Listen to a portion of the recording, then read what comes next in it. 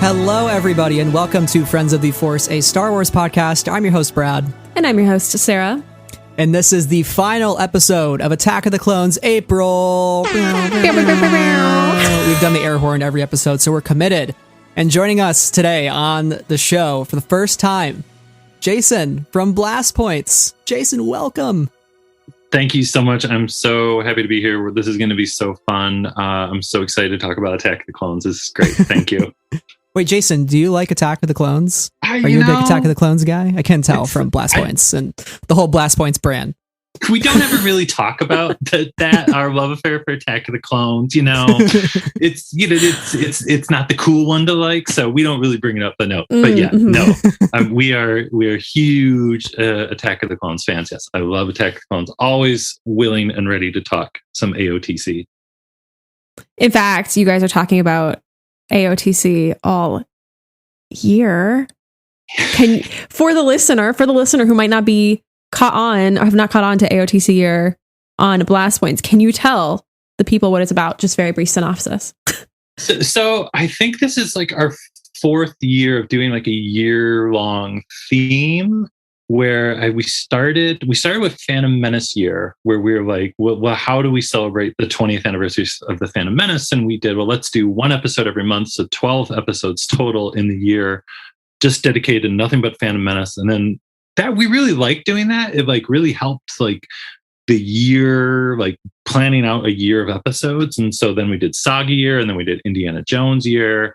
And then we were just like, well, we have to do Attack of the Clones. And it's been great. And the funny thing with doing Attack of the Clones here is that we've talked about Attack of the Clones so much that we're like, yes, let's do Attack of the Clones here. And then it's like, wait, what's left that we can talk about? So, which has been great because we have to get really creative with what we're talking about with Attack of the Clones. But it's been super fun so far. And like I said, it's like we basically did a whole episode a couple of months ago. We were just like, we love Attack of the Clones. And that's like all we said for an hour. I think that makes for a great podcast, honestly. That's what we're doing here today, essentially. Yeah. So we've done what now? Pretty soon we're going to be doing our fifth episode about Attack of the Clones. And we'll be going all the way till December with more Attack of the Clones. And so for any Friends of the Force listeners who haven't jumped over to Blast Points and listened to any of their Attack the Clones year episodes, I really do highly recommend it. They're delightful. They're very silly. They're informative, and they're full of great energy. So that's my plug. Thank you. Good stuff happening over there. And we wanted to bring you on the podcast today because, of course, you guys are doing Attack of the Clones year. We wanted to bring you on the podcast for a long time. And on today's episode, we're talking about some like sort of behind the scenes knowledge of George Lucas and his famous stamp of approval. So we'll get into all of that. We feel like this is a really interesting thing that we came across in a lot of research, and just like, obviously it's a very George thing, and we'll get into it. But I want to start with you, Jason. Like, what were some of your first experiences like seeing the film, and why is it still like sticking with you 20 years later as we start to celebrate this, milestone event for the movie?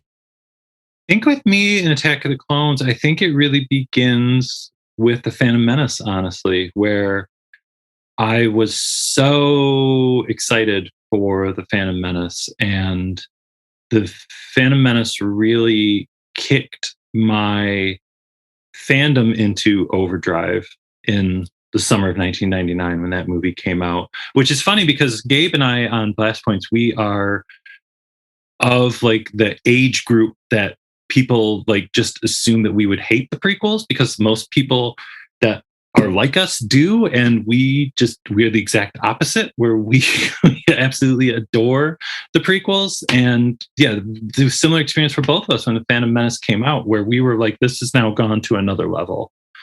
I loved that movie so much. I still adore it so much.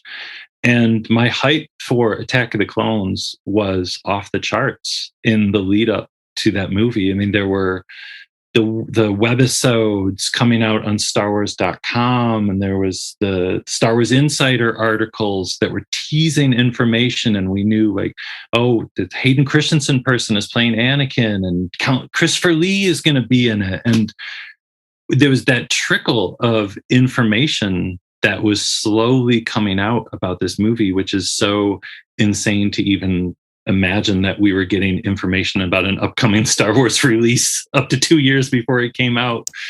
Unthinkable. Insane. Yeah, then I was just so hyped. And when the movie came out, much like The Phantom Menace, I was so happy that it wasn't exactly, I don't know, I don't want to say what I was expecting, but it surprised me, and that made me really happy. And I was so happy that each movie would come out, and each prequel would come out, and it was like we kind of knew what to expect. Like you knew kind of what had to happen in the episode 1, episode 2, episode 3, so to get to kind of like A New Hope kind of thing. But it was always happening in ways we didn't, like, at least Gabe and I would talk to each other all the time back then in ways like we didn't expect. And I think that's such a George Lucas thing. And yeah, I loved Attack of the Clones just from the get-go. It was love at first sight. It was, and I saw it over and over and over again. And I was just like, this is great. This is bizarre. This is weird. This is funky. This is crazy. I love it. And it deepened the mysteries of what the heck was going on in these movies. And yeah, and like all Star Wars, the more I've watched it over the years, over the decades now, which is insane to think about, and the more and more layers that have been revealed that are going on in that movie, and the better it gets. And just like most Star Wars. And it's a very long-winded answer, but it's a good one.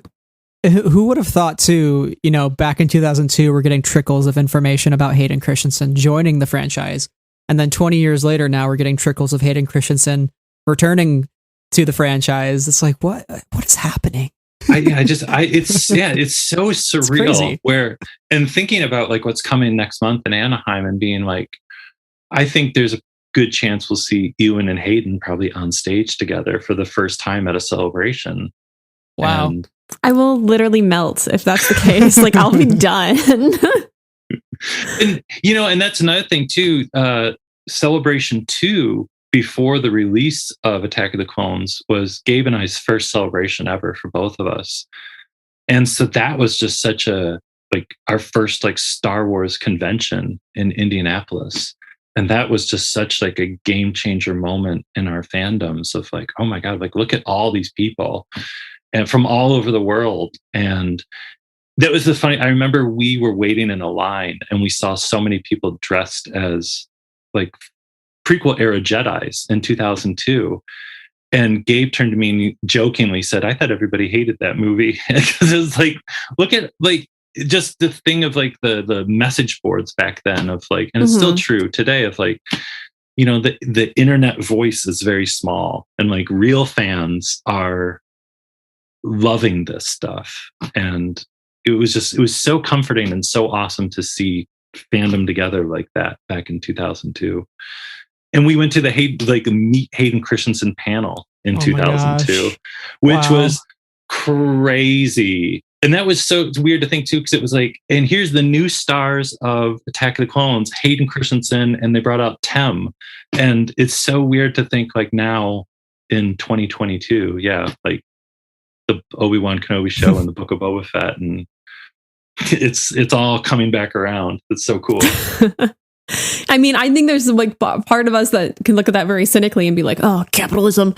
But the other hand, it's like, this is magic. This is the greatest thing. Like this is something I loved, 20 years ago, or like loved when I was a kid, and here I am getting to experience it as an adult, as somebody with 20 years worth of experiences under my belt, and just like live in the moment and really enjoy it. And I'm so excited as somebody who was a kid when they watched this movie to like be an adult and be like, yes, these movies in a lot of ways were for me when I was young, and now I get to be like, look, I'm still here. And so there's an enjoyment in that as well. So it should be very exciting. Absolutely. Yeah. It's prequel. It's the era of the prequels we're in right now. And it's just wonderful to see. Yeah. We call it the prequel renaissance, right? It's like for so long, it feels like there was so much hatred directed at the prequels. And like you said, I think the voice of it now is very minor. I still kind of scratch my head when I see comments that are like, the prequels ruined everything. And I'm like, are we really still stuck on that? But I feel like the general consensus has sort of softened over time. And maybe it's just being, far removed from that time of Star Wars and learning to appreciate it in its point in history and like what it did for the franchise. And also how like we went without Star Wars for so long that we're like, oh, great, we have the sequels now. And people like to rag on those. So maybe the prequels kind of benefited from the sequel trilogy discourse a little bit as well. But it made us so happy at the Phantom Menace panel at Celebration Chicago, because it was, we were up in the sides and looking down on the floor, and they were playing all that 90s music. And we were like, this is so great, because these, like, this is exactly what George Lucas predicted would happen. And, like, we were like, look at this. This is awesome. These are the people that were kids when these movies came out. And now they're in their 20s, mid 20s, late 20s, whatever. And it's like, that was us when the special editions came out. And we're just like, this is so great. I don't know. We're just so happy because it's, Star Wars is forever and Star Wars is generational. And it's just so good to see. And I think it's really incredible at Celebration too. And this is what I'm so excited about. I just went to a Star Trek convention that I was working. And what I realized is like, oh my gosh, after years of not going to any conventions and then going to C2E2, which is a big, huge, multi-fandom convention, being back at a single fandom convention and just being like, oh my gosh, everybody's here because they love the one thing. Even if they love, Next Generation or the Kelvin timeline or Just Discovery, they're all there because they love Trek. It's the same thing for Star Wars in the best way. We all might come from different generations. We might have a different entry point. We might love, different parts of it more or less than others. But at the end of the day, we're all like, yeah, we're here because Star Wars is the thing. And I'm so excited to see that love in the same way that you had for Phantom Menace and witnessing that for Attack the Clones. It's going to be great. I'm so excited. I will cry. Do you have anything on your Attack of the Clones 20th panel wish list besides obviously seeing Hayden and Ewan together? At the Phantom Menace one, it was so crazy. Like when that videotape message of George Lucas, like from the back of a restaurant or whatever was going on, there were like dishes behind him or whatever was going on. George Lucas would be awesome. Of course, Natalie Portman. I think that's kind of the thing that everyone kind of whispers these days. Like, what if, what if Natalie Portman was there? Because she has, like Ewan, Natalie Portman has never been to a Celebration. And she's coming back into the pop culture scene. I mean, Big the time. Mighty Thor. Yeah. I mean, she's going to be making rounds pretty shortly. So. And there was the whole thing, remember, like a while back, how she was talking about how her kids were really into watching the prequels. And she was just like, I'm looking at them in a different light and I love them. And it was so much fun. I could totally see it happening. And if it was like Ewan, Hayden, and Natalie on stage together, I think the world would explode. I don't know. With George too, there, four of them. I would actually like die, and I'd be okay with that. I'd be like, this is how I go. I'm settled. We're good. Yeah, we would lose our minds. It doesn't get better than this, so it's all downhill after that. I think there's also like a very high probability that like Tem might also be there. Yeah. Oh yeah. Boba Fett stuff, whether and then you could talk about Django and everything. I think there's a lot of people you can grab for this movie for sure. Yeah, I think it will be a panel nobody should miss, because the Phantom Menace panel was just unbelievably fun. I mean, the Weird Al Yankovic music alone was worth the price of admission. So yeah, Good times. Good times. The standing ovation for Ahmed Best was still really so good. So good. So good. Yeah. So good. And even this could have a little bit of a... George has the designs in his mind, and he sort of is the master editor of all of this. So he decides what is within the realm of the Star Wars universe and what is beyond it. For every design that I use in the movie, there's at least 10 or 15 designs that get rejected. And with that, we are here to celebrate all things Attack of the Clones. And we're going to do that in a very fun, silly, behind-the-scenes sort of manner. Because the maker himself, George Lucas, was a man not known for his love of writing, but he is a man known for his love of singular vision, digital cinema, and getting it exactly right. And so we are going to be stealing a concept, or maybe lovingly borrowing a concept from George Lucas. And those are, or what are we calling his stamps of approval here? And that is when the art department would come with a finished piece and, deliver it to George and be like, George, what do you think? He, according to sources, had 3 stamps. One either was, according to 2 different people, it was either deep regret or it sucks. We have okay, and then the coveted fabuloso. So we will be ranking, evaluating, discussing elements of Attack of the Clones on this 3-stamp scale. And this is going to be a difficult task because we all love Attack of the Clones very much. And I imagine that we don't have very many things that we go, oh, deep regret, it sucks. Deep regret, it sucks. But maybe we have one. Maybe we have a few okays. Maybe we have a couple fabulosos. We're here to just kind of talk about all the silly stuff. So Brad, give us a behind the scenes about how the stamp of approvals came about or how they were experienced by our art department people. Yeah, so you mentioned that it's kind of called different things depending on who you hear from. And I don't know, like, even Jason, with you, like, what you know about the stamps, if you've kind of seen the similar thing where it's like sort of this like coveted myth in a way of like, the fabulosos were so far and few between that like you rarely ever saw them, but they do exist and they are out there, right? So it's like Schrodinger's cat, right? It's like, does the stamp exist or does it not? Where is it? What's the stamp called?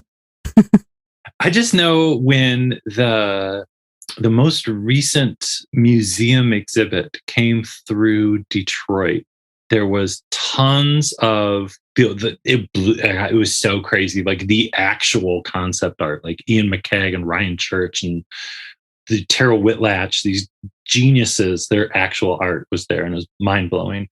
But on some of the art was the actual Fabuloso stamp. And when Gabe and I went through the exhibit, we were like, oh my God, it's a Fabuloso stamp. Like, look, George Lucas stamped this right here. Yeah, George Lucas's stamp ink has touched this piece of paper. Oh, we are 2 degrees away from George Lucas right now. I know. So, yeah, and I feel like even in some of the art of books, it's in some of it. I may be wrong, but I feel like it is in some of them. Like you can see it in some of them, maybe. I feel like now we have to go scour all the books. It's interesting that you mentioned the power of the costume exhibit. Yes. They actually included that on their website. Like I was looking at the old posting from the Denver Art Museum, and they posted, quote, George Lucas had a literal stamp of approval he used for conceptual drawings. If he liked the direction an artist was going, he stamped the drawing with an okay. If the artist really nailed the concept, Lucas branded the paper with Fabuloso in red ink, signaling a go-ahead move to the next phase of development. Look for the stamp and drawings at the art studio. Like, it's just like so funny how it almost becomes like a scavenger hunt if you're there and you read that before you go and you're like, oh God, I got to find all the Fabulosos, right? It's like, where's Waldo? Where's Fabuloso? Where can I find it? So we're playing Where's Fabuloso today. This is an audio podcast. However, there are downloadable materials where you can find, I'm kidding. All of our maps, One of my favorite tidbits though that I saw was from actually the remaking of Revenge of the Sith by J.W. Rinsler. And it sort of sets up the scene of George walking in, and it says, almost always dressed in a plain shirt under a dark sweater, blue jeans, and white sneakers. I'm just like, really setting the mood there. That's just such a George Lucas moment already. Lucas uses 2 stamps while examining the artwork, OK and Fabuloso. On Attack of the Clones, only a reported 4 works received Fabulosos. Lucas's shorthand for don't change a thing. I like it exactly the way it is. That's so brutal. Could you imagine 4 Fabulosos on the entirety of Attack of the Clones? Like, I had like 6 or 7 that I came up with just in case. And I'm like, I would be such a terrible director. Like, I would just be like, walk in the art department and be like, yep, this is all great, guys. Good job. You guys are geniuses. Yeah. Yeah. I can't draw, so this is perfect. Fabulosos for everybody. Yeah. What would you say, like off the top of your head?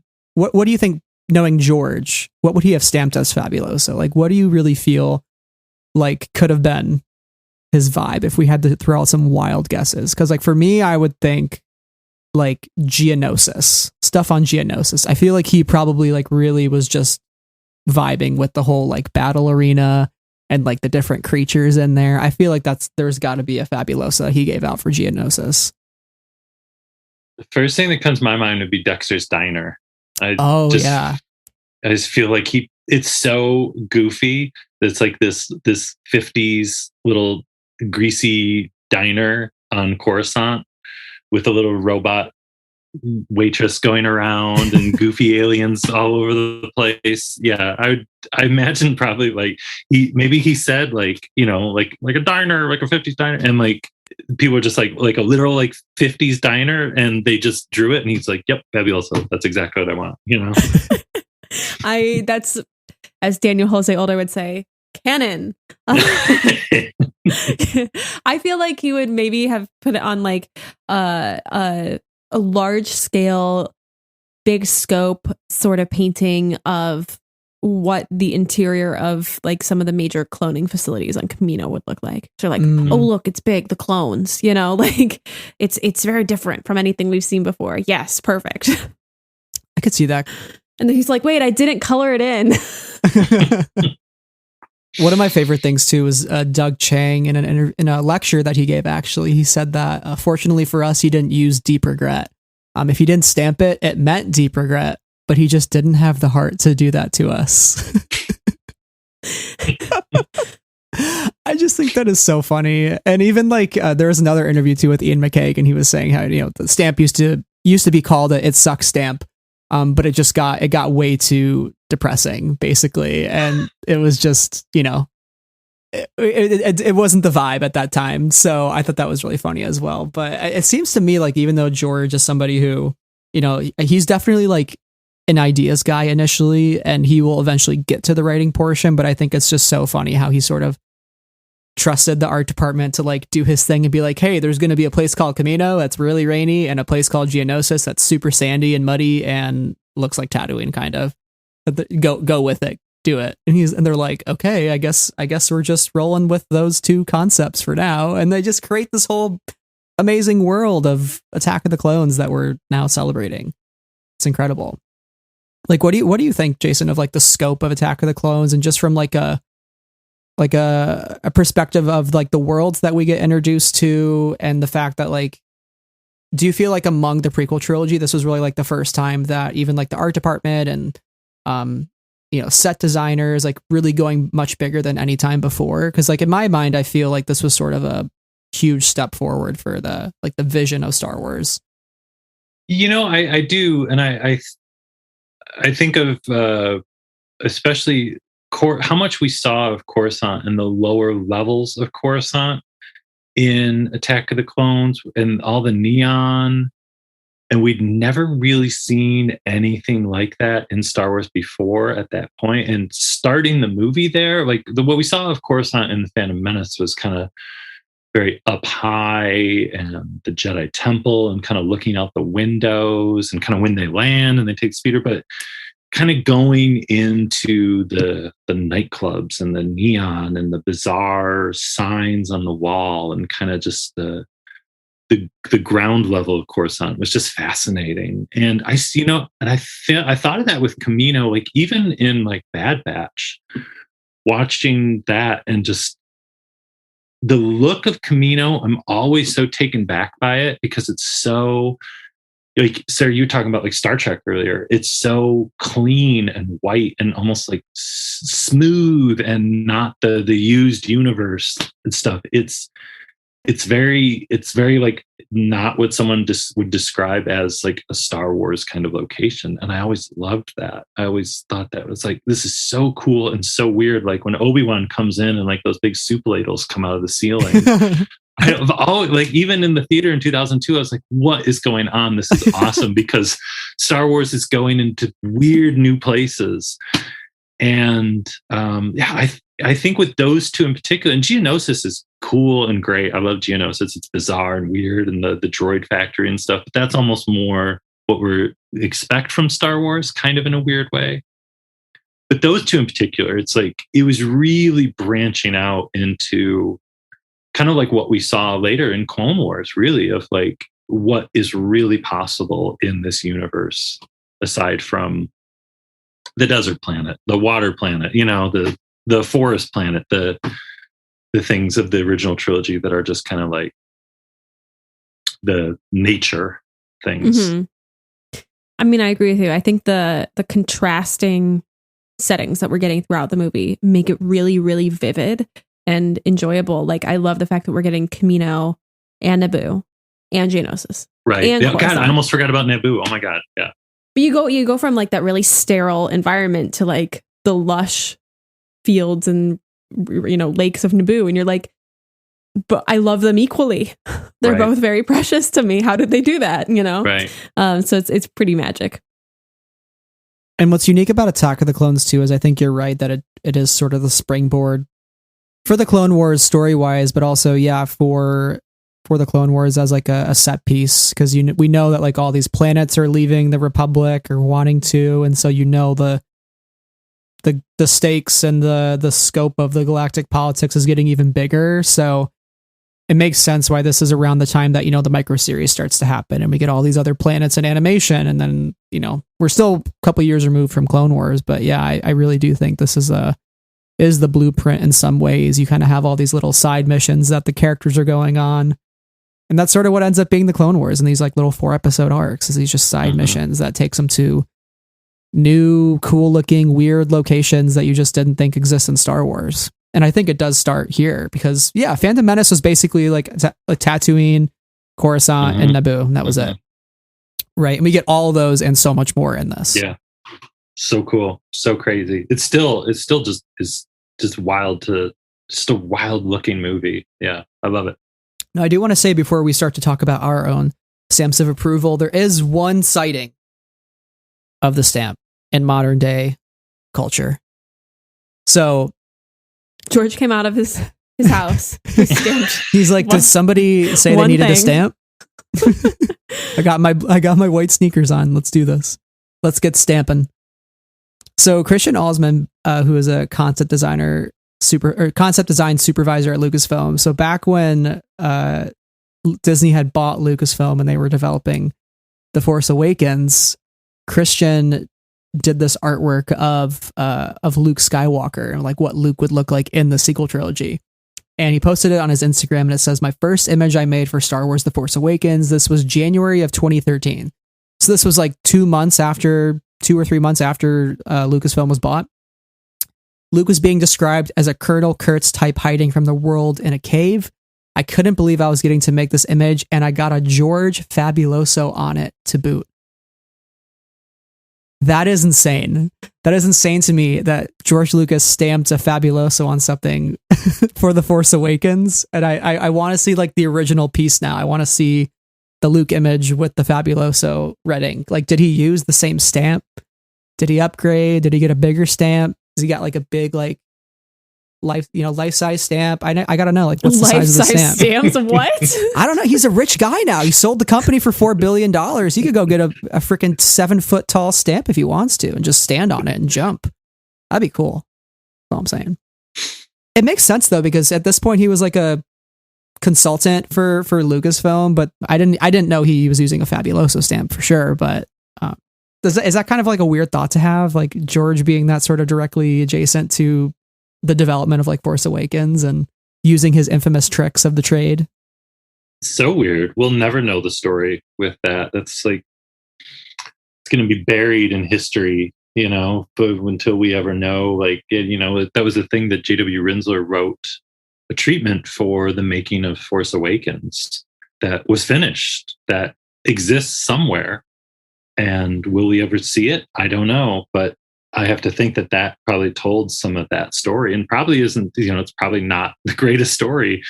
But I don't know. I maybe one day when, in 20 years or something, when we're doing the 20-year retrospective on The Force Awakens, which would be a lot of fun, maybe we'll start to hear it. But it's so fascinating, because that's the thing, because you look through like the art of The Last Jedi or the art of the Force Awakens books, and there is all that Lucas stuff in there. And it's like, some of it is like, especially like the Last Jedi stuff, it's like, that's kind of what we saw.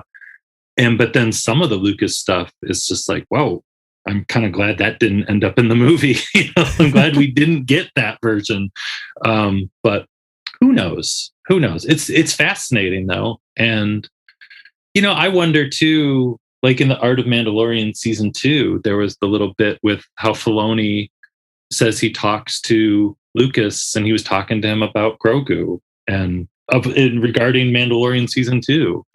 And I don't know, I just wonder how much, maybe it's just wishful thinking, how much he actually really, has if Filoni comes in, he's like, well, I talked to George, and if that still exists in a weird way, if he has like a weird, like whisper, like how he directed that scene in Solo. So, right. Mm-hmm, mm-hmm. Who knows? It'd be cool. I don't think he can get it out of his blood ever.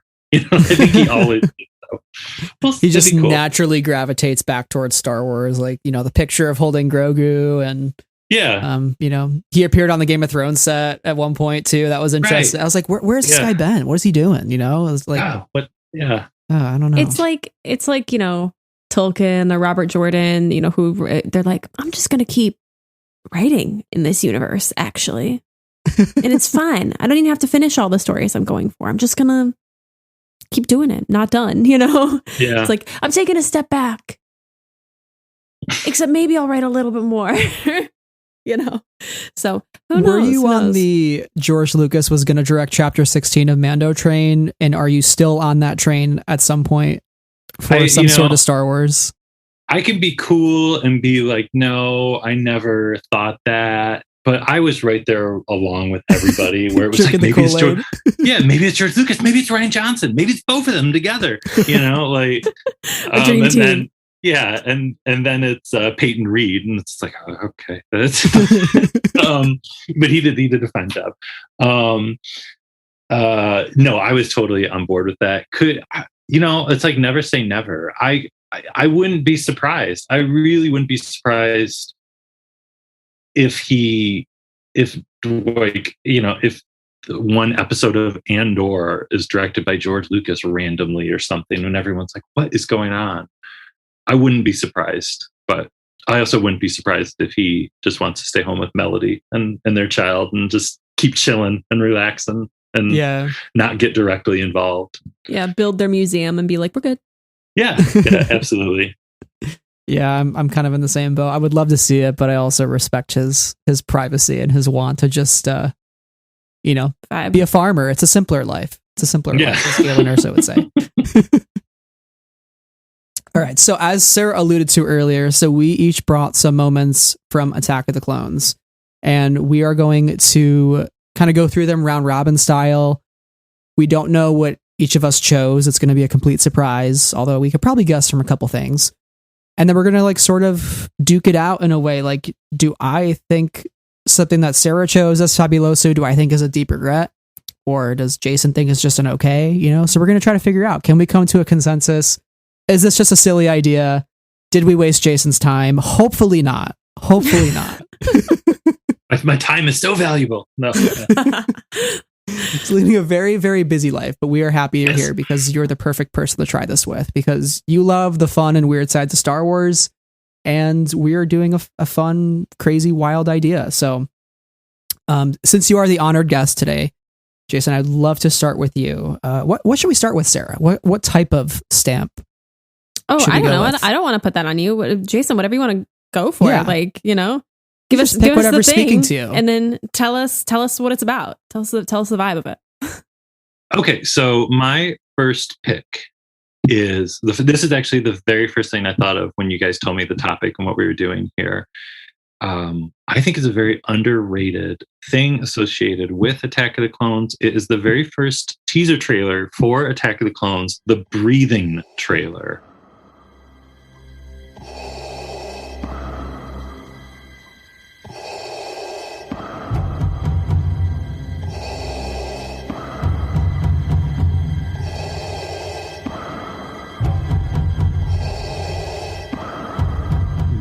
Phantom Menace gets all the attention with its every saga has the beginning. And honestly, too, I think the Revenge of the Sith teaser trailer with the flashbacks to A New Hope gets a lot of attention. But people do not talk about this breathing teaser trailer enough because it blew minds when it came out. I think it was in 2000. It was like Christmas 2001 when it came out. I remember seeing it before The Fellowship of the Ring. And no disrespect to Lord of the Rings fans, but I was just like, I'm very excited for Fellowship. I'm going to see it in the theater right now. But I was like, but this is the one that I'm really looking forward to. And it's such a cool trailer because it's so mysterious and it's all based around Darth Vader's breathing as scene transitions. And we see Hayden as Anakin for the first time. And we see Natalie Portman, and then we see like C-3PO and R2-D2, and we see like kids in the like a cloning thing, like the clone school. And at the time, it was like, what is going on here? We see like a brief shot of like Django flying up in the air, backwards, shooting his blasters, and people lost their minds at that. I don't know. Watching this teaser trailer again just takes me back to that hype of Attack of the Clones and just how excited people were. And it just puts me right back in that headspace. And it's so great to go back to. It's such a cool teaser trailer. So are you rating this a deep regret, an okay, or a fabuloso? I don't know if you can tell, but that's a major fabuloso. That's like what Brad was talking about. That's a 7-foot fabuloso stamp. Okay. What a time to bust it out for. I agree with you though. Fabuloso from me as well. I agree on that. Because you mentioned that trailer. I talk about the trailer so much and I feel like nobody else talks about it either. Like I was like, Sarah, have you seen the trailer? I don't think you had seen it before we watched it. Don't know that I had. Yeah. We watched it before our very first episode of Attack of the Clones April. Oh, wow. To hype us up. Context here is that I was a small child when this movie came out and I did not even watch it until a few years later. So I was not like involved in the hype. I was not, involved in it at all. My childhood fandom was like the movie, the road trip movie of my life is Attack of the Clones every time. And so I just recently watched this. And what I love so much about this trailer is the fact that it's just the breathing. There's no additional sound effects until the music comes in, and then like a little bit of like the dun ta ta ta, like a little bit of drums, a little bit of ominous strings later in it. But like we're just getting random moments of them, not even action, just like their face. Mm-hmm. And it's very, very spooky. And you're like, oh, it's getting dark. And then you realize after having watched the movie that you're essentially getting scenes from the entire movie. Mm-hmm. Now I think we're so spoiler phobic as a culture. It's like, oh my God, if you even let the people know who the characters in the movie are, you're going to spoil it for them. And it's this trailer is not like that at all. It's like, let's give them a little flavor of the whole thing, a little romance, a little action, a little villainy, a little, but our heroes, some stoic moments from all of our characters, and bam, that's the whole trailer. And it's great. It's great. So I would have to agree with the Fabuloso stamp. I think that was an excellent choice and an excellent rating for a really striking trailer. There's nothing like it today. Mm-mm. Alrighty. So my moments are coming from inside the film, and my first one is gonna be an okay, and I'll get to my explanation why.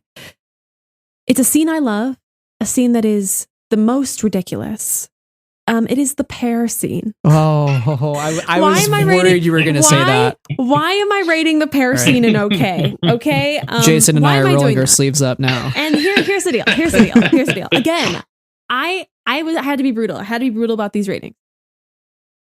Why am I rating just this as an okay? Not as a fabuloso. And the reason why is every time I look at that table that they sit at, I go, why don't they sit on the other sides of the table?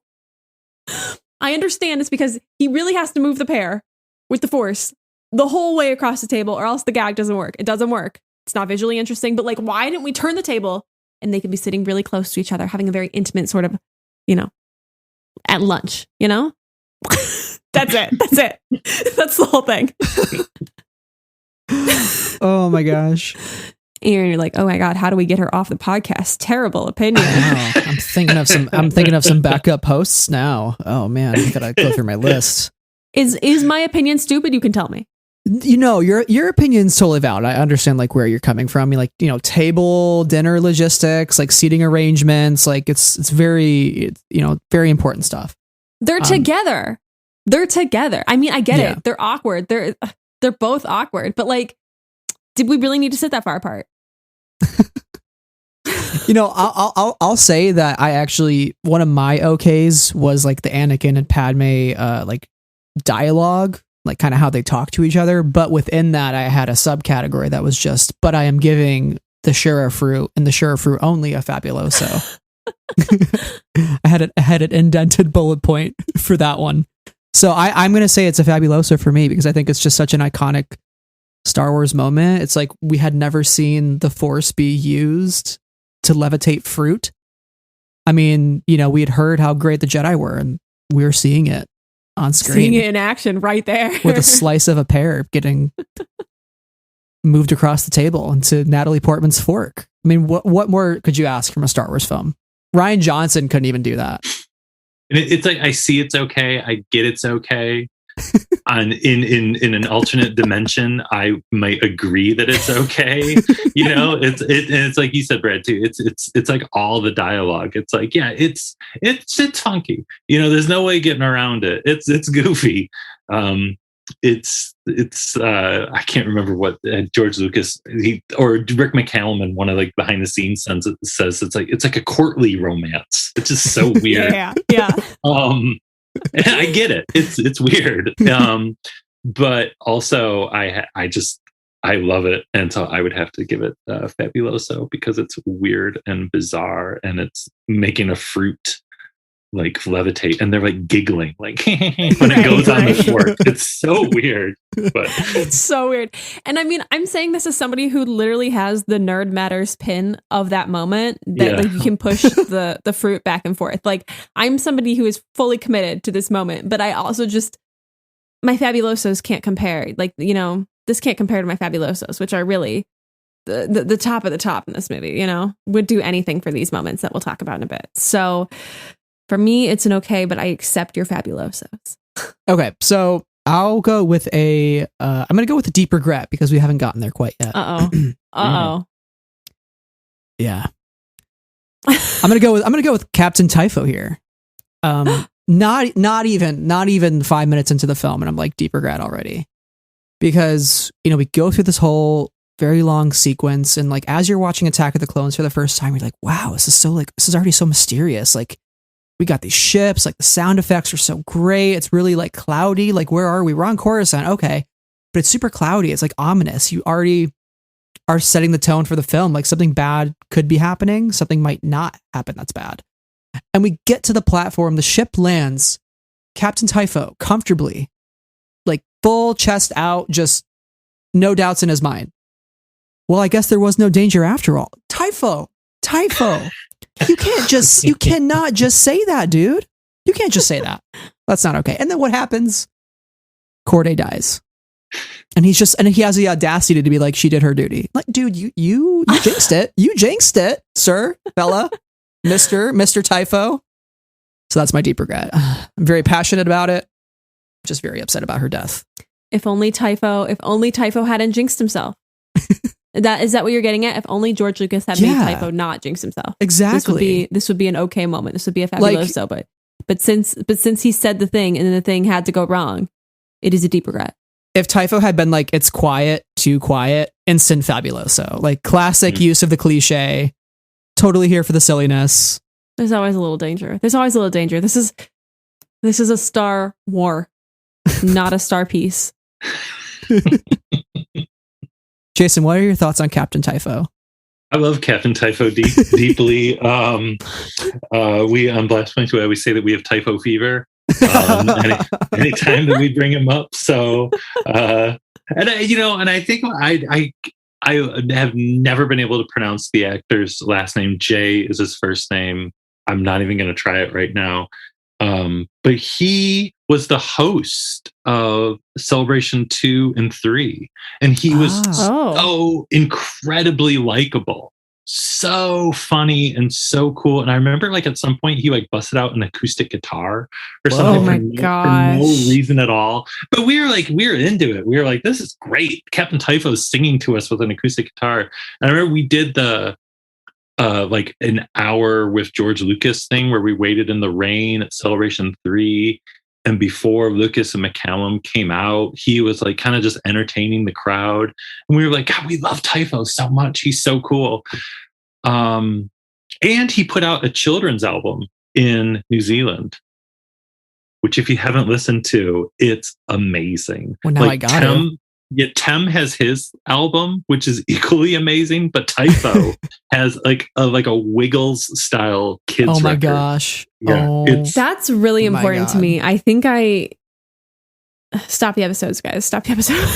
I have required listening. We'll come back in a while. Like it's on Apple Music and Spotify. It's nuts. Love that. But again, kind of like the fruit in an alternate universe. I'm like, yeah, I get it. His coming out being just like, I guess there's no danger after all. And then, like she dies. And then he's just like, come on, we got to go. Like, we got a meeting with Palpatine. It's kind of like, dude, come on. So I get it. You could probably tell I'm really pulling for the deep regrets because I love this movie too much that I'm just nitpicking the shit out of Captain Typho, who I do like as a character. Like, he's a great guy. He was super cool. Like, first time I saw him, he was awesome. Love his look. He should be at Celebration, by the way. That'd be fun for the 20th. He should. Yeah, he should. That would be awesome. Yeah. We made it. I guess I was wrong. There was no danger at all.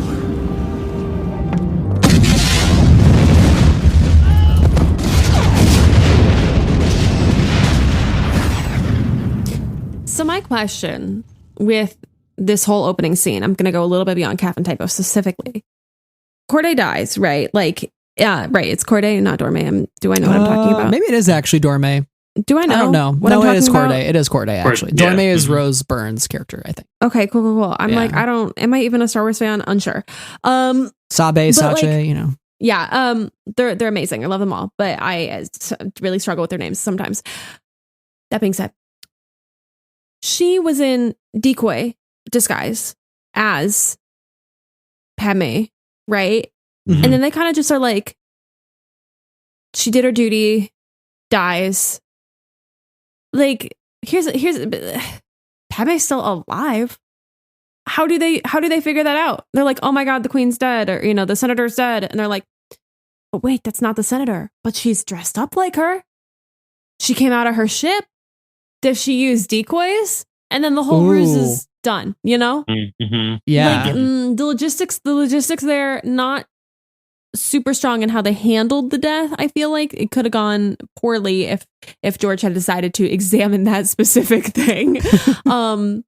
But I mean, Captain Typho, I'll give him an okay. Like, he's not my favorite part of the movie, not my number one. I don't go to Attack the Clones for Captain Typho. However, I feel like the opening movie of the movie is really quite iconic. And what would I do without him? It would be so rude of me to be like, Captain Typho, you suck. No, and to be clear, I do like Captain Typho. I'm simply deep regretting his jinx. I want to be really clear that my deep regret is something I genuinely hate. So it is a very small thing. Let's go to Jason before we get my deep regret, because I'm not here to harsh the vibe, and the vibe is good. Well, I don't want to harsh the vibe, but it's a struggle, like you said, trying to find even an okay or a deep regret. But I'm gonna go with a deep regret, and I don't feel bad saying it. The music in the Droid Factory scene.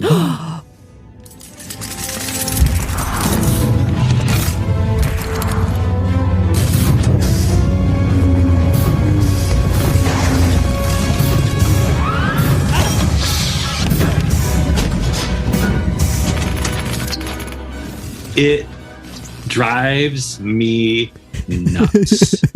Oh my gosh. It's just slapped together music from different parts of the movie. Like you hear the Coruscant chase again. And then when Padme is doing something in the Droid Factory chase and Yoda's theme is playing. Yoda's theme is playing for no reason whatsoever in the Droid Factory chase, and when I saw it in the theater, I for the first time I was just like, wait, why is Yoda's theme here? And I was like, did they think we wouldn't notice this? And it just like it cringes at my soul every time I see it, and I always wonder like why they didn't just let Ben Burt just do a symphony of sound for the Droid Factory of just like ka-ching, ka-ching, ka-ching, ka-ching, and like clamps and like things going off. Like why? I don't know. Or like was John Williams too busy? And I'm always surprised it's never been fixed because things in Attack of the Clones have changed. Like for when Attack of the Clones was in theaters, there were two different versions playing simultaneously, and then the DVD came out, and it was another version. And then the IMAX cut came out, and there was another version there. But that has never changed. They've always left like the very kind of cut and paste music of the Droid Factory, and in a certain way, from a certain point of view, I love it because it's so like we're not even taking this too seriously and just like whatever, just put some Star Wars music in it. And I kind of appreciate that in a weird way. But also it's kind of like the music and John Williams, that's like so precious, you know? Mm-hmm. And I was like, oh. That is just like so specific, and I love it so much. But I feel like if George Lucas were listening to this episode right now, he'd be like, Jason makes a great point, and then he would go back and like re-edit, and then he would add like Rey's theme just to make you feel like more deep regret. Like add Rey's theme in there, Kylo Ren's theme, like the Mando theme. Somebody should do a super cut of that on Twitter. That'd be really funny. Of like just all these like crazy mishmashes. Rogue One, the Solo theme. Why not? The Mandalorian. Why not? Forget it. Do do do do do do do. Yeah. On the recorder. Oh my gosh, that is so I don't know if I can like, agree in the sense, because like, oh my god, the Droid Factory scene for me as a kid was it. Yeah. That was it. Just like the clomps of the machines, and like the fact that the music was just so fast paced. Like even if they stitched it all together, it was all just like it moved really fast a lot of the time, which was really kind of fun to listen to in the cacophony of sound. But like it makes sense. It makes sense that it sounds like this, because I remember watching one of the behind the scenes things, and they were like, yeah, the whole Droid Factory sequence didn't come into the movie until like a year into editing the movie or something insane. And and then they filmed Hayden and Natalie on the conveyor belts in like the span of 4.5 hours on one day of filming to add that in there. So I got it. It wasn't their highest priority in terms of the score. They were like, can we get the clomp sounds right? And we want to make sure the action looks good and that nobody's hand gets, weirdly chomped on by a machine. So, but yeah, I would say I'm not going to give it a fabuloso. I'm not going to give it a deep regret. It feels like an okay to me, like it serves its purpose. It's really not stellar. I think if you really listen hard, it's not going to be the most beautifully written music you've ever seen as it's put together. But for me, there's a very nostalgic love for the whole sequence in my heart. So I can't give it a deep regret. I understand. You know what could have made it a fabuloso? and this is my hot take of the day, is throwing the Dark Trooper theme for Mando into that whole scene. Ooh, yeah. Would have been Whoa. spicy. Would have been spicy. I hate that. Sarah hates the dubstep. I hate the dubstep. That's a deep regret for me, for sure. For sure. That's her Mando deep regret. That's my Mando deep regret, but I would be fascinated to watch like an edit of that soundscape plus the dubstep. Yeah. Like, sign me up. I'll watch it. Because Jason, you were saying like you wish Ben Burtt had kind of just like gone to town, and like I was thinking like, oh, like wouldn't it have been cool if he like made music out of like the machine parts sounds, like kind of like a I don't know, like something you would hear in like a musical movie or something, or like a Disney animated movie.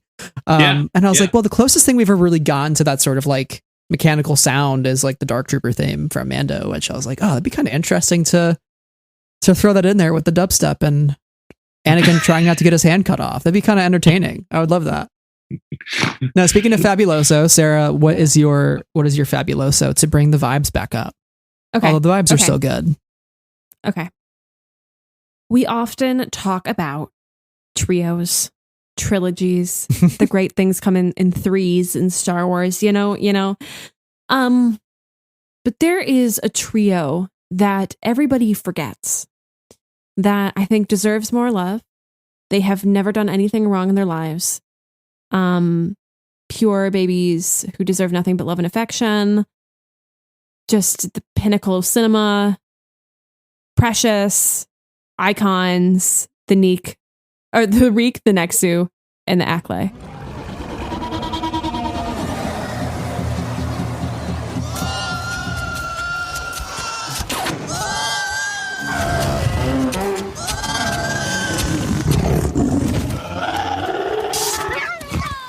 Fabuloso.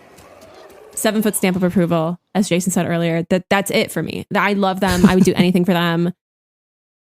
They're menacing. The Nexu has so many teeth. The Acklay goes stabby with his legs. I mean, the Reek is like a Triceratops, except not. How do you not love them? How do you not love them? The whole sequence with the three monsters is like incredible. It really broke my heart to kill all of them in Lego Star Wars last week, but it was brutal. I hope they forgive me. I needed the studs, so.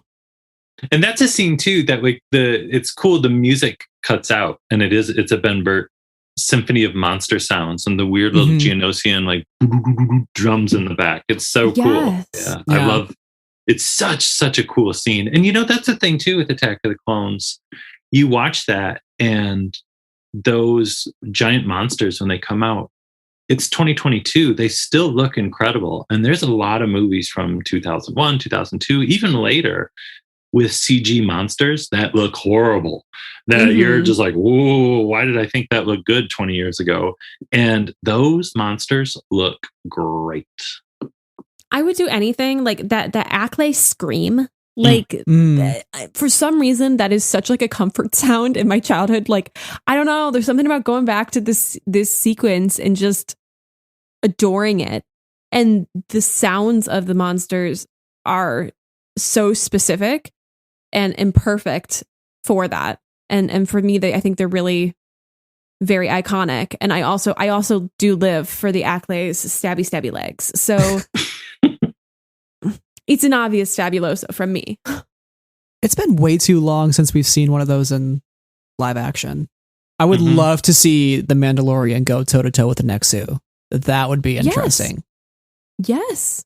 Remember when the Mudhorn came out and we all thought it was what's the first one? The Reek. Reek. Yeah. Yeah. That's the closest we've gotten probably. We have gotten them all in novels. I forget which one. I was on like Attack of the Clones Arena Watch for a couple of novels there. I was like, oh my God, an Acklay mention. Sound the alarms. Like, the people need to know. But now I've forgotten what book it was. So that's really embarrassing. But maybe our listeners will know and they won't think I'm stupid. Maybe it was the Rising Storm with the zoo, the Lanisa City Zoo, possibly. It might have been. But I think it was all three of them mentioned in the same novel. So somebody please jog my memory, because I've read so many of these things recently. It all blurs together. honestly, at this point. That is a great Fabuloso, though. Thank you. My Fabuloso is actually in kind of the same vein as yours. It's Padme at the Geonosian Arena. The iconic line Correct from, opinion. from Obi-Wan, like, Padme seems to be on top of things. Like, that is just, I love a good pun, and I love it specifically delivered by Ewan McGregor. And that was just like a real highlight Fabuloso moment for me. But I just love Padme's whole like demeanor and the way she carries herself and how she's like, you were instructed to protect me and I want to go after Obi-Wan, so I guess you'll just have to come with. And he's like, haha, bend the rules a little bit. And I just love that about her. She's like not afraid to kind of go outside the jurisdiction of like what's assigned to her. If it's for the right thing, obviously. And she's still, follows her morals and what she believes in, but she's also not like always 100% by the book. It was just really cool to see her be like a total badass in this whole scene, and aggressive negotiations. I mean, come on, that's a great moment for all Star Wars moments, because Padme does not get enough limelight, and that is one of her shining moments. So, and I feel like much like her daughter, I think our heroes would have totally died without her kind of taking charge in that situation. Literally so many times. Yeah. I also love that she's going up against the Nexu, who is pretty much objectively the scariest of the monsters, because he has 1,000 bajillion teeth and then like a really big rat tail. Like, and you're just like, you're very menacing. And she defeats him very, skillfully. So I have to. She's really doing the sole survivor, outwit, outplay, outlast in this moment, and she's even being Anakin and Obi-Wan. And good for her, as she should.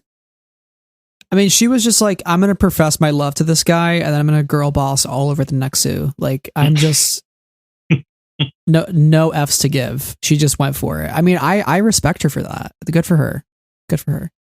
And she's also slaying while she looks great, I mean, I know that her outfit has a little bit altered from the fact, when she walked into that arena, essentially, but she's still giving us looks, and I have to admire that as well. We love a fashion queen. Mm-hmm. And like, a badass. So I'll take it. Fabulous. So it is. So I've got an okay, and this might be controversial. I feel like all my okays and deep regrets have been a little bit controversial here. Did I give my deep regret? Not yet. Oh my God. No, we're going to give my deep regret. Scratch that. You're going to get my deep regret. This is is it more controversial than the other one? I don't know. Probably not. This is a deep regret specifically because it makes me uncomfortable. Because I don't like bugs. And it is the centipedes falling from the circle part of the droid that has made the incision in the glass, and then them falling to the floor, and then just like doing their creepy crawly thing. I don't like it. I don't enjoy it. I get the plot. Like, I get the capital P plot. I get it. I'm here for it. I'm on the plot. But like, I hate the centipedes, and I wish they would not exist. That's my deep regret. The moment they do fall out of the little hole thing is pretty irksome. No, very slimy. I hate it. Do not like. Count me out. There's like a couple moments in this franchise that really make me do that. And it's that, and then the Yoda nails on the chalkboard. Yeah. George Lucas, fix it. I can't handle it. fix the droid factory music and get rid of the worms and make them into poisonous butterflies. I mean, I guess I'm also afraid of butterflies. So this is something the listeners don't need to know, but they know now. Guess I'll return my surprise can of butterflies back to the jokester store. It's okay, but now I'm watching. I gotta go back to the centipedes for a second. Yeah, you can return your can of butterflies. I'm not having it. I won't accept it. But like the fact that the centipede like crawls on top of the thing before it decides no. Jason, do you have a hot centipede take, or are you pro centipede? Yeah, and again, I think it's kind of like the monsters. I think I'm like, every time I see that, I'm like, wow, that is some cool animation. But they are gross. I'm not really grossed out by bugs. But so I don't have like that touchiness with it. Yeah. But I get it completely. And they're like going into our bed. I'm sorry. Yeah, it's. I always wonder. You know what I always wonder with the centipedes? I'm like, what were they going to do? Like, if R2 didn't sound the alarm, and if Anakin didn't sense something like immediately, like what? Like, how would they have killed? Would they bite her? I've always kind of wondered that. I don't know. Are they poisonous? Are they gonna do the Boba Fett lizard thing? You know, like I don't know. Yeah. I don't know, but I certainly don't want to find out, you know? Well, you're going to find out here because I have the visual dictionary of Attack of the Clones right here. Oh, here we go. Yeah. I hate you for this. Do tell. So it says small, silent anthropods like the Kuans can evade even tight security. They are virtually impossible to trace back to their users. They are starved in advance, so they head straight for warm-blooded life forms when released and use a fast-acting nerve toxin to kill their prey. Wow. And it's a bite that delivers the lethal nerve poison. Wow. And also says stinger, painful but not fatal. And here they are on the page. There they are. What a horrifying reviewing. Yeah. thing. Imagine they're starved for days. That's insane. Yeah, that's animal abuse right there. I mean, I don't like bugs, but I support animal rights, and that's not okay. I always like too that Anakin is so good with his saber that he can just cut through two very thin little worms when he comes in.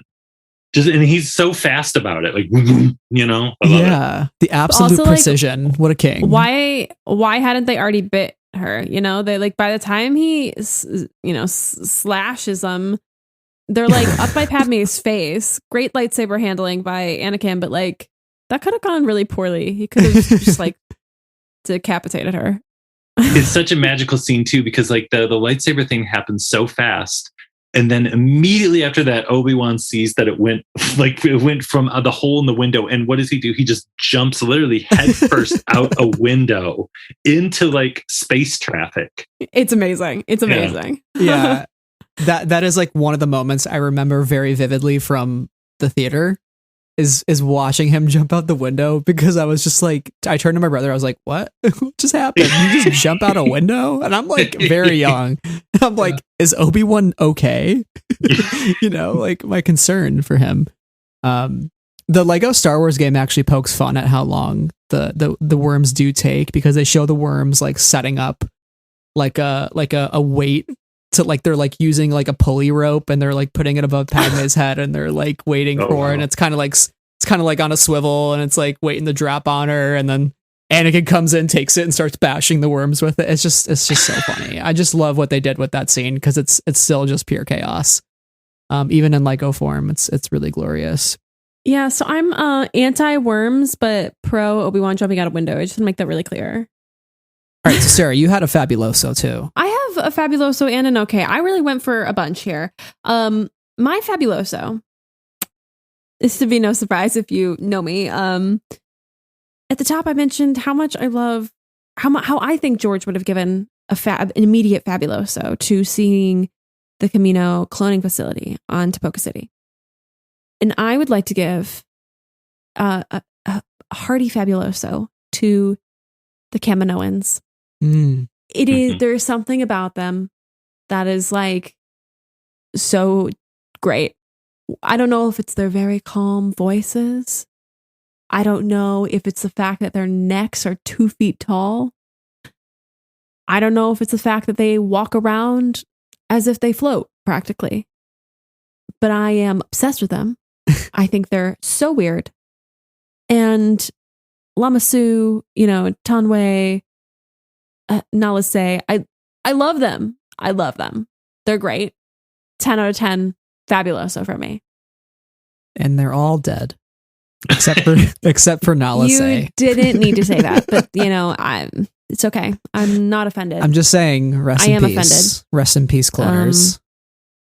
You are not forgotten here on this episode. They didn't deserve that, even though they maybe did. That's all I'm saying. They didn't deserve that, even though they maybe did. Yeah. I agree with you so much. It's such a like when I was talking about just Camino in general, we've never seen aliens like that before in Star Wars before that. And there used to be this like super spoiler website called millenniumfalcon.com back in the day. And they posted, it was like the month before Attack of the Clones came out or something. And they posted just this huge photo dump of photos from Attack of the Clones. And one of them was a picture of like Lama Su or something. And there was so much debate on like message boards of like, there's no way that's from the movie. Because people were like, that doesn't look like anything we've seen before. And I remember there was like a group of people who were like, and that's why it's going to be in the movie. Yeah. But I was obsessed with it. And I think I remember I sent it to Gabe and I was like, oh my God, look at this, look at this, look at this. And yeah, it's just like this. I still think it's so cool. Like everything you said, the way they move, the way they talk, the big long necks, and just the mysterious nature of them that continued through Clone Wars and Bad Batch. And I feel like it's still going on. Like, what was the deal with the Kaminoans? Right. Like, what was going on there? Like, were they pro? Did they know what they were creating? Were they cool with the extermination of the Jedi? Like, what was going on? I don't know. It's just so fascinating, and I love it. It's the best type of Star Wars onion. So many layers. Yeah. It literally can't be solved, you know? Like, I love that their story continues to have layers, whether it be in the Bad Batch, just or even a little bit in the Book of Boba Fett, just these little bits of them. And I don't know, the setting of Camino and Tapoka City is also just insane. Like the really dark outside of the rain and the storms versus the very sterile, bright white lights of inside. I want to go visit. Like, I'm just fascinated by the way that the Kaminoans live in this space and why is cloning their life's work? I don't know, but their long necks are full of mysteries, and I would like to know what they're about. Do you think the Kaminoans have a basketball team? Like a rec team that they play like every once in a while? Do they have hobbies other than cloning? Like that's a key question I do have. Yeah. Like, what do they do? Do they enjoy chess? You know, what do they do? Like, what do you do for fun? Like, what is your life like? Yeah, aside from just cloning and being weird, like, what do you do? And like their seats are, you know, the ladles, as you said. What are their what do their chambers look like? Do they have do they have beds that are ladle stationary? beds? Yeah. Do they sleep sitting up? Like, I don't want to be weird, but I kind of want to know. We know so little. Yeah, it's fascinating. Is it just me too, or does like the whole Camino place kind of feel like THX a little bit too? 100%, 100%. Sort of like sterile environment and like the these void. very like minimalist void rooms that they have. Yeah. He loves that. It's weird. That's why his like favorite episode of the Clone Wars is like when they're in the giant void planet, like walking for days. Yeah, sunny day in the void. Yeah, it's true. It's true. Oh man, George Lucas and his voids. What a guy! What a guy! Love him. Am I okay to share my last okay here? We can debate this one. This one's yes, I feel like this one might have a little bit of an interesting thought here. And you might be like, Sarah, you are literally so dumb. This is the best thing in the entire movie, the best part of anything in Star Wars. And I'd be like, no, the mullet is not the best part of Star Wars. I think it is an okay. I think we could improve upon it. But we didn't. And we have a mullet. We have a mullet on Obi-Wan in this movie, and it's a choice, that they made, and I get it. But why? I mean, he's kind of bringing the mullet back too a little bit in Kenobi, right? Or is he kind of like full hair? Anti-mullet train. I'm so sorry to any of our listeners if you have a mullet. I'm not coming after your mullet. Please live your best life, but I can't do it. It's not for me. 3 listeners. How dare you? Those are our last 3, Sarah. I know those were the last 3. I know, but I had to speak my truth here today. Yeah. The tricky thing with the mullet is much like in Phantom Menace. There's Obi-Wan's wigs, Ewan McGregor's wigs, where there's times in Phantom Menace where it's like his actual hair and it looks great. And there's times when it's like, good Lord, what is that on Ewan McGregor's head? And the first time we see Obi-Wan in Attack of the Clones, that's the wig. And it's like the length of the mullet in that elevator scene is weirdly like longer than it is by the time they get into Padme's quarters. And I think that's Ewan's real hair. So it's like, it's weird. Like it's constantly changing. And I think that's the thing, like it's so wild looking in that elevator scene. It's just bizarre. Like, what is going on with that mullet and that wig? And I remember in the theater being like, oh my God, what is going on? Like, we saw him in the trailer and like photos and Star Wars Insider and stuff. And it's like, God, he looks so cool. He looks like a Jedi Knight. And then like the elevator scene, it's just like, God, he looks like a BG. This is crazy. But yeah, it goes back and forth. But it's wild. It's a wild, wild look. See, that's so funny because that's never something I would necessarily, I think, realize as a kid. Like, oh, his hair length is different. But I mean, looking at it, you're totally right. And I mean, how can I hate on the mullet? Okay, I'm going back on my own word. How can I hate on the mullet? The mullet is what brought us to like Lord and Savior Jesus, Obi-Wan. Like that's it. Like I get it. But it's very reminiscent of the Rey buns in The Rise of Skywalker because like Daisy Ridley notably cut her hair after Rise of Skywalker principal shooting finished, and so they have like a wig buns on, and you can totally tell because they're just like completely different shape, and also the style is kept differently with the wig as it is to the principal photography. So. It happens. Movie making magic, right? Maybe the general audience wouldn't necessarily recognize that, but I am just like glancing at these scenes right now, and you are so right about the elevator versus the it's wild scene. It's pretty intense. It is wild. But I guess that's why it's an okay for me. We could have streamlined that a bit. We could have done a few more continuity photos to make sure we were all set. It is an iconic look. Yes. But it could be stronger. Could be a stronger look. That's what I'm going to go with. That's what I'm sitting with. I know he did just give an interview to like Entertainment Weekly pretty recently where I think he talked about the history of like Obi-Wan's terrible hairstyles. It's kind of cool. It could be in some second degree way a little cool, but not really. It was very mullety and sort of quite inspired pretty much by the Bee Gees, I think, really. Jedi Bee Gees. So yeah, it wasn't I didn't like it very much. But there is some sort of, I guess there's some sort of progression.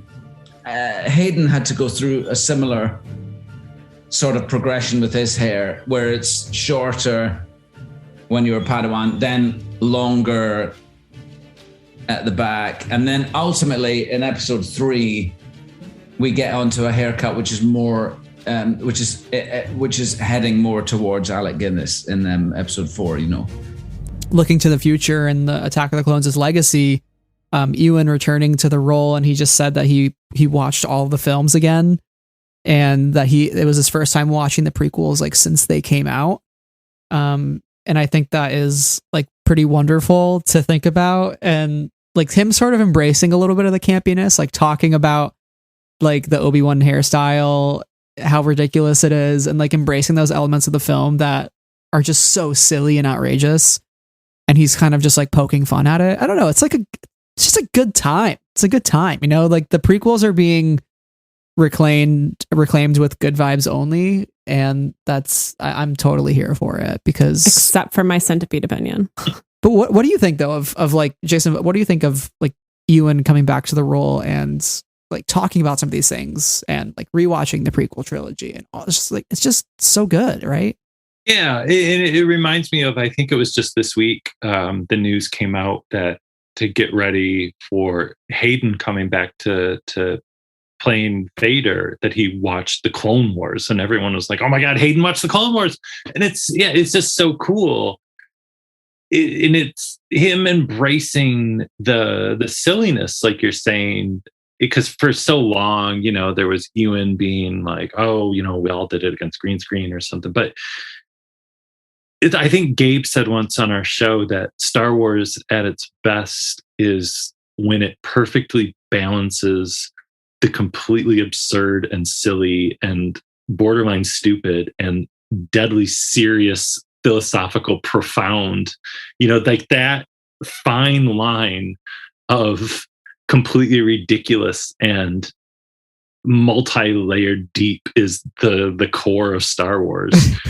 And you got to embrace the ridiculous. You got to embrace the floating pears and the goofy changing wigs and like the Yoda music and the droid factory sometimes. That it's this Star Wars is very much like just a hodgepodge of weirdness that somehow has made this huge impact on our lives, and we can never stop with it. It's crazy.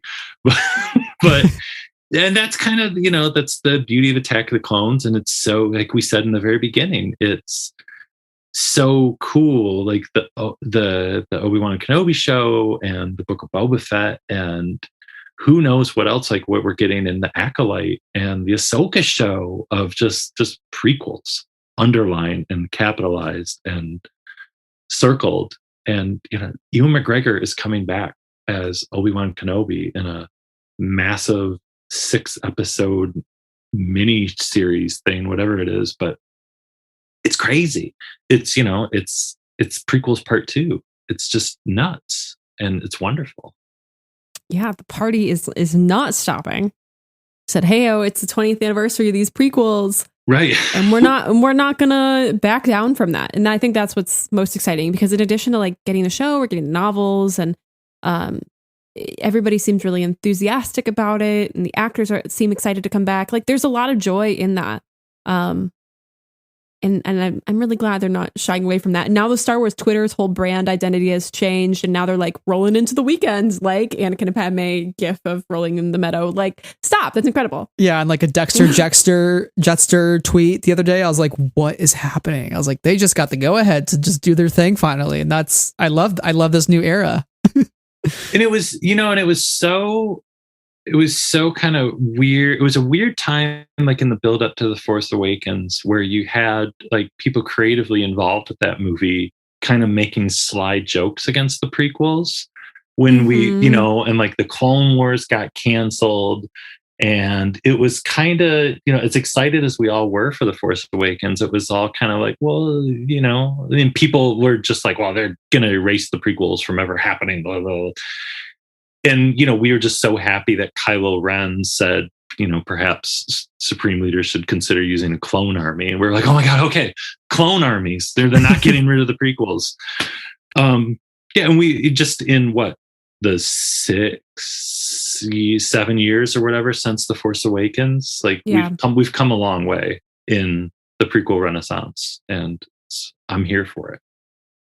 I do believe as a prequels kid, there has just never been a better time to be a Star Wars fan. Like we went through the lowest of the lows, and I was like, we're entering this period of time that like, past, I mean, there's always discourse, but like really past like the heaviest of the discourse, like with episode 9 and all that. And now we're just like really embracing the dark times. That was dark. That was a dark December. Ooh, that was rough. Because like we had like the TLJ era, and that was just like amazing, right? And then we went through kind of a weird period with like COVID and all that, and we're still going through it. But now we're sort of approaching this time where it's like we're embracing like all of the things we love, and like yes, even though they are all familiar to us, like we've already seen Obi-Wan and all this, like it's a period of time that was neglected for so long, and is finally getting some cool recognition, and it's a really good time to like find things that you can love. And but Jason, now that you've dealt with our antics for this whole episode, I want to ask you, like, what are your final thoughts on Attack of the Clones, the 20th anniversary? Like, what are you doing to just sort of embrace this year, and what gets you the most excited about, like, you know, just the prequel renaissance as it continues? Gosh, you know, I think I'm going to sound like a broken record here, but I'm just from being so into the prequels when they came out and just getting, you know, so much, because, you know, like I was saying, when the prequels were coming out, Gabe and I were in our 20s, and we were like ostracized. Like, why would you like that? You guys aren't real Star Wars fans, you know, like it was, you know, and Gabe and I both, we're not backing down from this. We love these movies, and for both of us, it took our fandom to another level. And we're just so happy to see, you know, the people that were kids when these movies came out are right there too with it, and they've never given up, and it just makes us so happy. And we are marching right down the street with everyone for the prequel renaissance. And I got to see Attack of the Clones a few months back. The Michigan Theater in Ann Arbor showed it, and I was lucky enough I was able to introduce it before it came out. And it was great. It was amazing. And the theater was lovingly laughing at parts, never mean-spirited, but laughing where it's totally appropriate to laugh, and also clapping, and just, it was a joyous party experience. And when the parts where, you know, you should be quiet and listen to the dialogue, they were quiet. I never viewed Attack of the Clones in a theater experience like that, and it was so cool. And afterwards, for one of our episodes, I just interviewed people in the lobby, and everyone after Attack of the Clones in the theater was buzzing, myself included. It, like, the movie it's fun. It's much fun. And especially seeing it on the big screen again with an audience. It's cliche, but it's like and it made me want, like, Star Wars theatrical again, because I've been enjoying all the Disney Plus stuff so much, but it made me miss that experience of the theatrical Star Wars experience, of the group experience, and seeing it with a totally hyped up crowd. There's something magical about that in Star Wars that, you know, so few other things have. And so, yeah, it was just great, and it continues to be great. I can't wait to see what happens next month in Anaheim. I can't wait for the 20th anniversary of Revenge of the Sith eventually, which is going to be crazy. It's going to be insane. Got to do lots here. Yeah, it's just great to see, and I love it. And Attack of the Clones, like we were saying too, it's always been so many people when it first came out.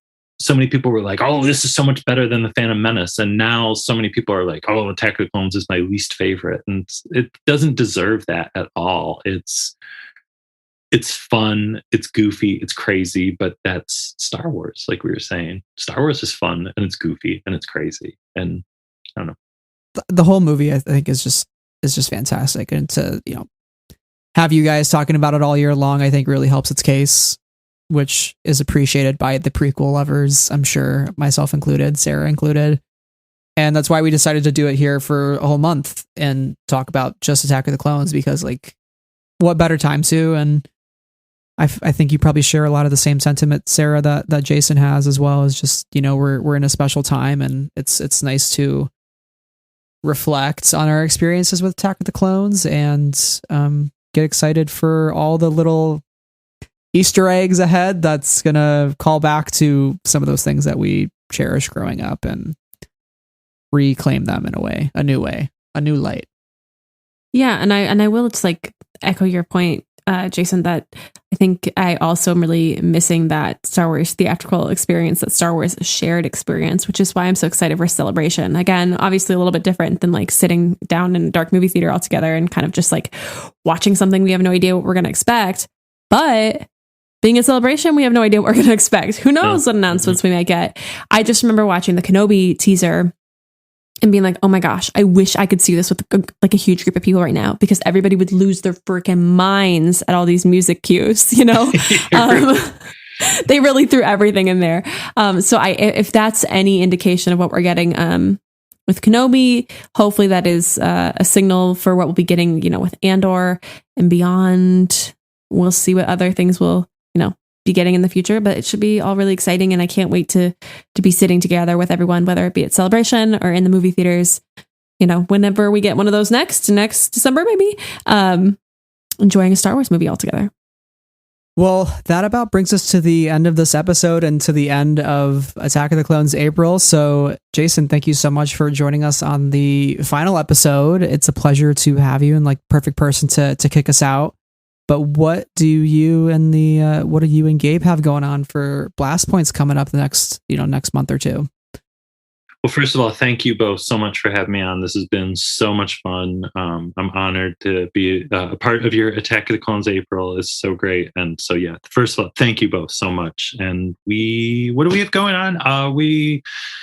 We're going to do one more episode in April that's going to be completely ridiculous. And then the whole month of May is going to be kind of celebration themed, which we're going to mix Attack of the Clones year and celebration in the beginning. But we're going to do a whole run of celebration themed episodes before we get to May. And then the end of May is just bonkers, because we're going to be like recording from a hotel room, and we're still trying to figure out exactly what we're going to do with all that. And it's just, things go into hyperdrive at the end of May, and then we're just going to try and survive through that. And we are in the Geonosian arena now. Yeah, we're fighting for our lives. Yeah. So we're kind of like bracing for impact, because it's like, this is going to get really crazy about a month from now. So yeah, very exciting. Yeah, and you guys have a panel too at Celebration that you just announced as well. Yeah, it's crazy. It was really hard sitting on that for like a month, because we found out about it like a month ago. But we're doing on Sunday in the Twin Suns room from 2 to 3. We're going to be with Tom Spina from Regal Robot and Kirk Thatcher, who got his start designing monsters for Return of the Jedi when he was a teenager, and now he's like a Muppet director. He like directed Muppets Haunted Mansion, and he was the punk on the bus. He was the punk on the bus in Star Trek 4. And he's had like, he was Leonard Nimoy's like personal assistant during like the Star Trek movies. The guy has had like the wildest life of all time. And he got started when he was a teenager, like painting the Sarlacc pit with Phil Tippett. It's crazy. And for some reason, we're going to be on this panel with these two incredible, like talented people talking about the creatures of Return of the Jedi. And we're so like, when we started Blast Points 6 years ago, right after The Force Awakens came out, one of our dreams was always to do something at Celebration. And so we are just like pinching ourselves, and hopefully we don't like pass out on stage or something. Because I wouldn't blame you if you did. Yeah, we're just so excited and just so like, I can't believe we're actually doing this kind of thing. So yeah, it's really cool. It's really, really cool. So should be awesome. Like seriously amazing. Thank you. Excited. We're so thankful for Tom for inviting us. It's crazy. It's so nice. So it's going to be really, really cool. Well, lots of good stuff coming up for you guys. I think a celebration themed month is a great idea. So I will definitely be tuning into those episodes. And if you're not already following Blast Points, make sure to do so, because seriously, one of the best Star Wars podcasts around, like hands down. So you guys are doing great stuff over there. Thank you. Too kind. Thank you. Well, here at Friends of the Force, let me tell you, even though Attack of the Clones April has begun, Attack of the May has. No, I'm just kidding. But seriously though, going into May, it's not as catchy a name. I know. Yeah, May Madness. Who knows? May Madness. Our love of Attack of the Clones will be continuing, because we have Brotherhood coming out here shortly, and we can't talk about Brotherhood yet, but we are excited to. And that will be coming out in the like first or second week of May. So stay tuned to our coverage of that, because it is definitely something you will want to look out for if you love Attack of the Clones. Let me tell you. And then, at the end of the month, we have Kenobi, which we'll have more on that very soon as well for the podcast. But make sure wherever you're listening to the show to be subscribed so you get all of our new episodes into your podcast feed, and follow us on Twitter, Instagram, and YouTube so that you know what's going on here at the podcast and you can follow and stay up to date. And Sarah and I are also on Twitter, Letterboxd, and Goodreads, where you can find what we're doing, what we're watching, what we're reading, and all of our shenanigans that we're up to. We also have a Patreon where tiers start at just $1, and we are super, super grateful for all of our patrons. Thank you for supporting us throughout Attack the Clones April. And they are Amy, Anna, Brian, Carol, Cheryl, Clay, Danny, Davis, Deborah, Donnie, Elegy, Huang, Jen, Knights of Ren, Levi, Leanne, Lindsay, Lucy, Randy, Rob, Saber Bouquet, Sky Talkers, Travis, T, and our newest patrons, Dylan and Luke. Thank you both, and thank you all so, so much for your support. Yes, thank you all so much. Jason, once again, thank you. We're so excited to see you next month at Celebration, meet you and Gabe. It's going to be amazing to see all of our Star Wars friends in person. So until next time, everybody, may the Force be with you always. Bye.